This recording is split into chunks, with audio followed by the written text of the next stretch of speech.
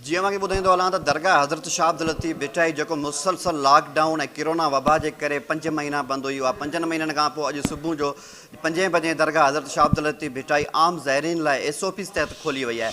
असीं in camera जी अक्सां तव्हांखे ॾेखारे रहिया आहियूं त दरगाह हज़रत शाह अब्दुल लतीफ़ भिटाई खुलण सां मुख़्तलिफ़ इलाइक़नि मां वॾे तादाद में जेके पांधेड़ा आहिनि, जेके अक़ीदतमंद आहिनि, उहे भिटशाह जी नगरी पहुता आहिनि ऐं भिटाई जी मज़ार ते हू दुआऊं घुरी रहिया आहिनि ऐं चादरूं पिणु चाढ़े रहिया आहिनि। असीं हिन वक़्तु कैमरा जी अक्सां तव्हांखे ॾेखारे रहियूं था त SOPs तहत मास्क जेको आहे उहो बि ज़ाइरीननि खे पतल आहे। उन ते अमल दरामद जे हवाले सां जेके एहलकार आहिनि उहे बि कोशिशूं जारी रखियूं पिया अचनि, जॾहिं त ॿिए पासे औक़ाफ़ जा जेके मुलाज़िम आहिनि उन्हनि जे तरफ़ां बि SOPs ते अमल दरामद जे हवाले सां जेका ज़ाइरीन आहिनि उन्हनि खे ब्रीफिंग ॾिनी पई वञे। अवां ॾिसी रहिया हो त हिन वक़्तु दरगाह हज़रत शाह अब्दुल लतीफ़ भिटाई ते मुल्क जे कुंड कुर्छ मां वॾे तादाद में जेके पांधेड़ा पहुतल आहिनि ऐं उहे तमामु ख़ुशी जो इज़हार करे रहिया आहिनि त दरगाह हज़रत शाह अब्दुल लतीफ़ भिटाई मुसलसल जेको 5 महीना जेका बंदि हुई उहा 5 महीननि खां पोइ हिन वक़्तु दरगाह हज़रत शाह अब्दुल लतीफ़ भिटाई जी मज़ार जेका आहे आम ज़ाइरीन लाइ खुली आहे ऐं हू तमामु घणी ख़ुशी महसूसु करे रहिया आहिनि। ॿिए पासे हिन कैमरा जी अक्सां तव्हां ॾिसी रहियो त भिटशाह जी दरगाह ते राग समेत जेको धमाल आहे या ॿियूं जेके रस्मूं आहिनि उहे बि जारी आहिनि। हिन वक़्तु दरगाह हज़रत शाह अब्दुल लतीफ़ भिटाई ते कैमरे जी अक्सां ॾिसी रहिया आहियो त राग बि